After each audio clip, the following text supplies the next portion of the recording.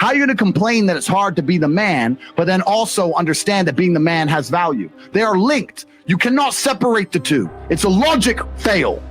If you love the idea of being that character you dream of yourself to be, then you should love the fact it's hard to become that man, because it means no one else can do it.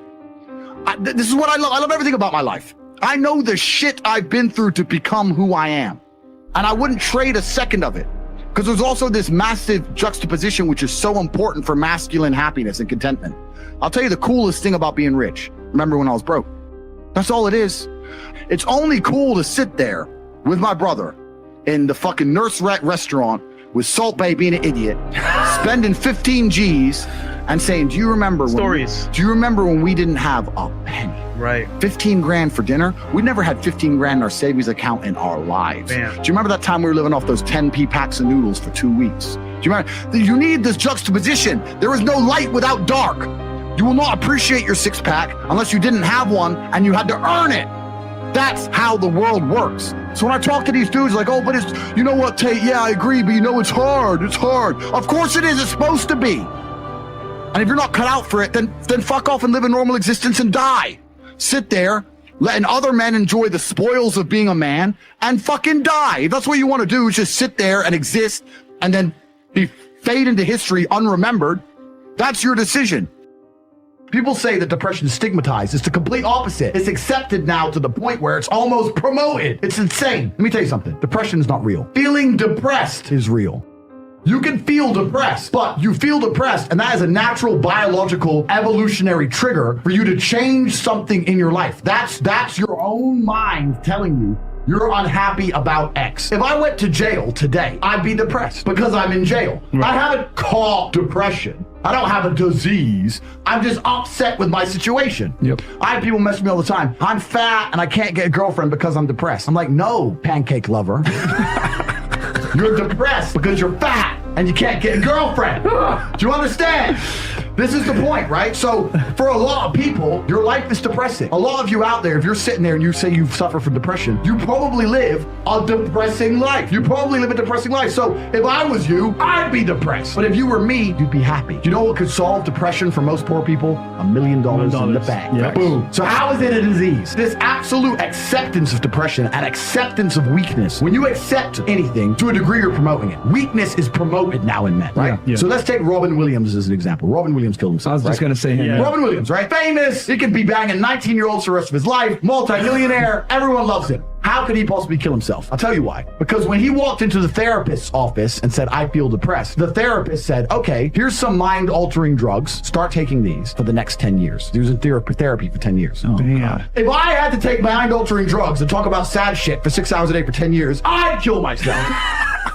But if he would have walked into the therapist's office and the therapist said to him, you're Robin Williams. There are people in the world with no food. Yeah. There are families in Syria. I say this there every are time. school buses being bombed in Yemen. There are people who lost their entire family in a car crash today. You're Robin Williams and everyone you love is in perfect health. You're a selfish idiot. Get out of my office. Get some ball. Bam. He'd still be alive today. The cure made it worse. And this whole society of accepting depression, as soon as someone's depressed, instantly go to them, oh, poor you. It's okay. We know you can't help it. You can't help it. Why are you telling people they can't help it? Why are you reinforcing that mindset in people? If you come to me and say you're depressed, I say, I will fix you. And you know what's crazy? When I said this depression thing wasn't real, do you know how many people stuck up for depression? You don't understand. I'm depressed. Depression's real. I was like, if it's so horrible, why are you defending it? You sound like it's a PR team. Why? Like, what? I thought it was ruining your life, but you are desperate for me to believe in it. You want me to believe in it. You're sticking up for it. You're defending depression. Yeah. Trying to convince me it's real because it's your cure-all excuse for failure. When you're depressed, you can fail in every human metric. I fail at everything, but I'm depressed. It's not my fault. No, you're a failure. That's all you are, because you're not trying very hard. If you live in a house, I say this all the time. This is the reason I don't believe in depression. Because I don't believe in depression, I cannot become depressed. Yeah. No matter what the worst thing that could possibly happen to me on earth, I will feel sad, but I will recover and I will not become depressed because I don't believe in depression. If you're in an old haunted house, right? You have two people in two haunted houses. One one believes in ghosts and one doesn't. You hear some noise in the night, the wind blows, right? The man who believes in ghosts is like, oh no, a ghost. Now he's scared, right? He wants an exorcist. He can't sleep. He's scared about ghosts. He's paranoid. The guy who doesn't believe in ghosts goes wind, whatever, and goes back to sleep. Do you understand that it's the belief that gives it power? Right. If you don't believe in ghosts, the ghost can't hurt you. If you don't believe in depression, you can't become depressed. And I refuse to believe in something that's going to weaken me. Why would I believe in something that's going to weaken my ability to deal with problems in life? Why would I do that? I'm temporarily immortal. Do you understand? Do you understand? I'm temporarily immortal, and I'm not going to waste my living years believing in things which take power from me, because I'm not an idiot. So if you're going to sit there and go, depression is real, actually, you don't understand the problems I'm going through, you're a moron. You are a moron. And the great thing about morons is, as you lose, there's no light without dark, right? There's no joy without pain. Of course. For me to be a winner, there needs to be losers. If you want to be depressed and sit around broke while I'm flexing in the Lambo, Simps. then do it. Go do it. But you're not going to convince me to join your way of thinking. The last thing, anyone who's watching this, I want you to understand, the last thing you should ever do is adopt the thinking of someone who is sad. Bam. Why would you want to think like the sad person? I'm sad and I'm semi-suicidal. You should have the same views and beliefs as me. What the fuck out of here? No, depression. Damn. It ain't real. There, I'm just blowing out the water. It's not real. You can come at me and say whatever you want. It's not real. The bumpy road to better.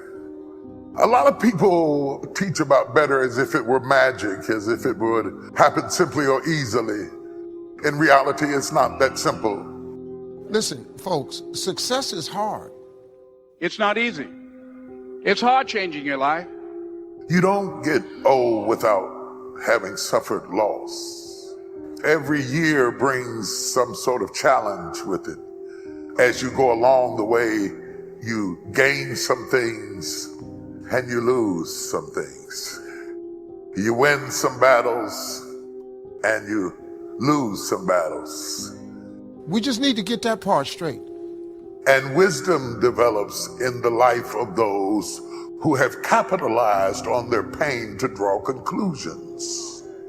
How you react to the famine determines whether you make it to the food. You can't just pray against the famine. You can't just stay in the same spot and do the same things that you've always done and expect to get a different result. You've got to take action. The difference between a dream and a wish is something you just hope it happens. But a dream, you put actions behind. Wishing isn't going to get you anywhere. We don't understand the human requirement in the miracles of God. We walk away with praise to God, but absolve ourselves of human responsibility. You can pray, God, help me to feel better. Are you eating right? Are you exercising? Then God will do what you're asking. But you can't override natural laws and expect to live a blessed, healthy life. God has created us to be collaborative in the miraculous. That we have a responsibility to take action. Just because you're spiritual doesn't mean you get to pray for a job and stay at home. I'm just going to watch TV and hit the remote control. You'll never get to better if you don't get on the road. Jacob says, if you don't move, you're going to die. How could you let me die and I'm a child of God? You didn't move.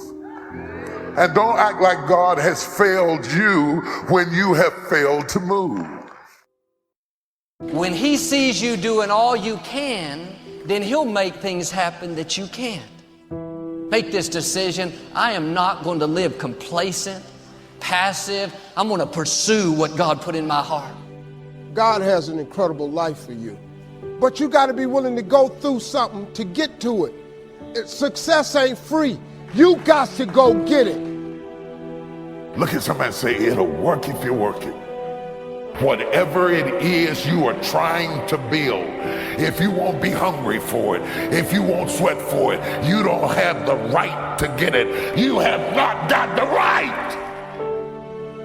What is your goal and how much work will you put into it in order to get what you're trying to get from God? How much? How bad do you want what God has put in your heart? You have to be more determined than the opposition. Your attitude is, if I have to believe my whole life, I'm not going to stop believing. I'm going to keep pursuing what God put in my heart.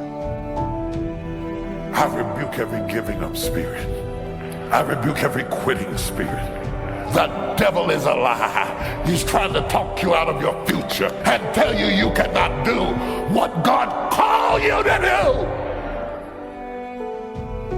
Every discouraged person, every person who's been feeling like it's just not working, this was your message.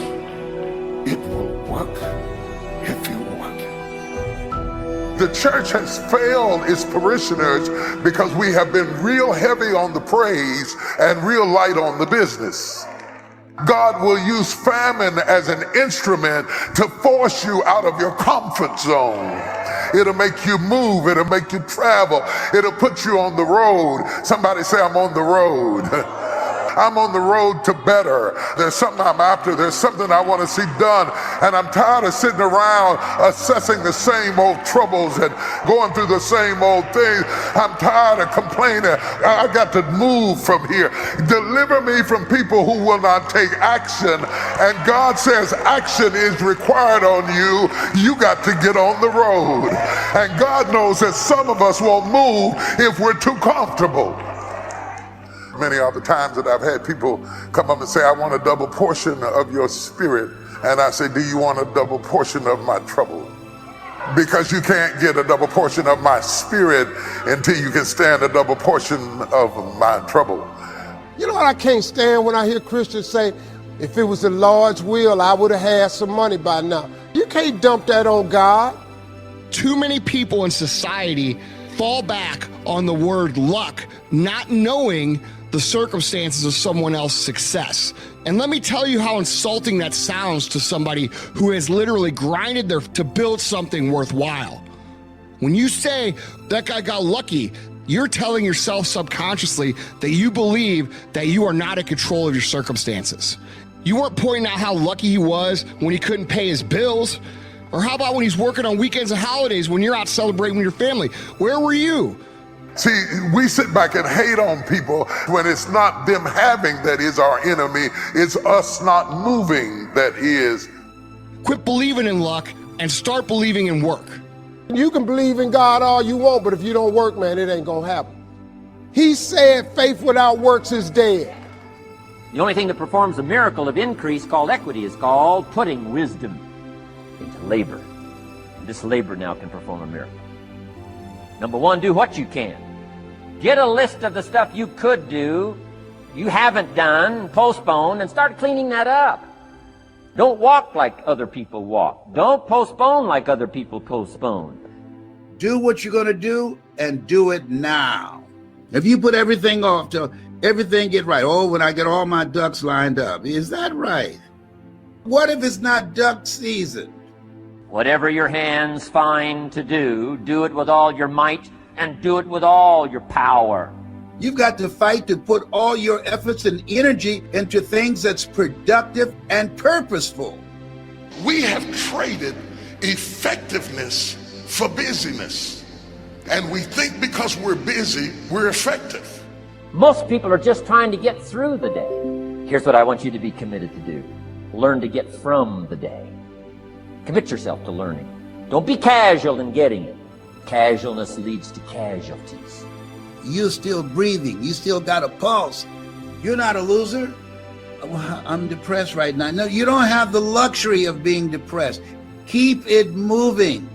Most of us take our talents, our abilities, our skills to the graveyard. Rob the cemetery of your ideas. Say amen, somebody.